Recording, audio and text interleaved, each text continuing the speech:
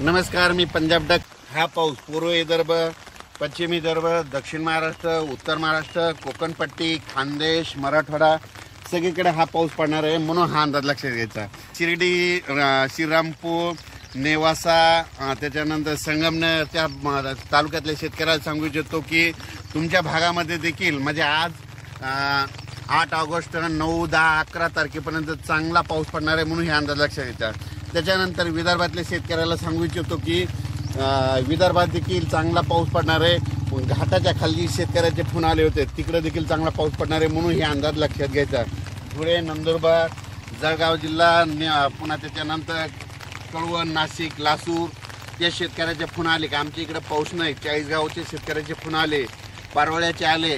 तुमच्या तिकडे आज बघा, आज दुपारनंतर तुमच्या धुळे जिल्ह्यात, जळगाव जिल्ह्यात, नंदुरबार जिल्ह्यात तिकडे देखील पाऊस पडणार आहे, म्हणून हा अंदाज लक्षात घ्यायचा. त्यानंतर पश्चिम महाराष्ट्रात देखील आज म्हणजे चांगला जोराचा पाऊस सुरू होणार आहे, म्हणून पश्चिम महाराष्ट्रातल्या शेतकऱ्यांनी हा अंदाज लक्षात घ्यायचा.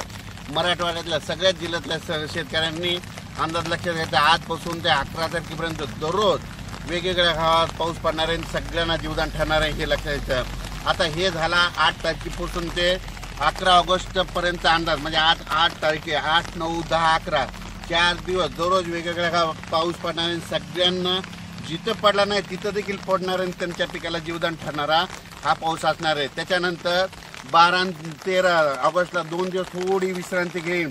त्याच्यानंतर राज्यात 14 ऑगस्ट ते 18 ऑगस्ट परत जोरदार मुसळधार पाऊस पडणार आहे.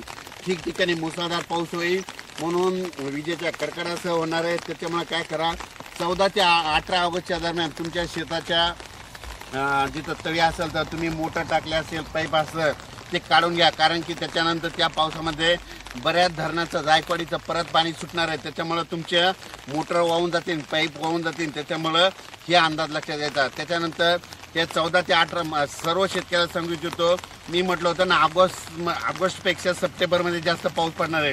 म्हणजे ऑगस्टमध्ये मी म्हटलं होतं ना 14 ते 18च्या दरम्यान जवळपास 40-1,000 गावाला पाऊस पडणार. म्हणजे महाराष्ट्रामध्ये 42,000 गाव आहेत, तर 30-32,000 गावाला चांगला जोराचा पाऊस पडणार आहे, म्हणून हे लक्षात घ्यायचं. त्याच्यानंतर आता हे 14 ते 18चा एकदा पाऊस येणार आहे. त्याच्यानंतर 25, 26, 27, 28, 29 ऑगस्ट दरम्यान एक चांगला मोठा पाऊस येणार आहे. त्याच्यात देखील 30-35,000 गावाला पाऊस पडणार आहे, म्हणून हे देखील ऑगस्टच्या शेवटच्या आठवड्याचा अंदाज लक्षात घ्या. पुन्हा सप्टेंबर महिन्यामध्ये परत दुसऱ्या आठवड्यात, म्हणजे सप्टेंबरच्या दुसऱ्या आठवड्यात पुन्हा जोरदार पाऊस पडणार आहे, म्हणून हे देखील सप्टेंबरमधला अंदाज लक्षात घ्यायचा. सप्टेंबरच्या शेवटच्या आठवड्यात देखील चांगला जोराचा पाऊस पडणार आहे शेवटच्या आठवड्यात, म्हणून हे लक्षात घ्यायचं. म्हणजे ऑगस्टमध्ये 2 मोठे पाऊस, सप्टेंबरमध्ये 2 मोठे पाऊस आणि ऑक्टोबरच्या फक्त पहिल्या आठवड्यातच एक चांगला पाऊस येणार आहे, आणि दुसऱ्या 20 ऑक्टोबरनंतर पाऊस परत काय होणार, निघून जाणार आहे. अचानक वातावरणात बदल झाला, परत एक मेसेज दिला जाईल उद्याच्याला. धन्यवाद.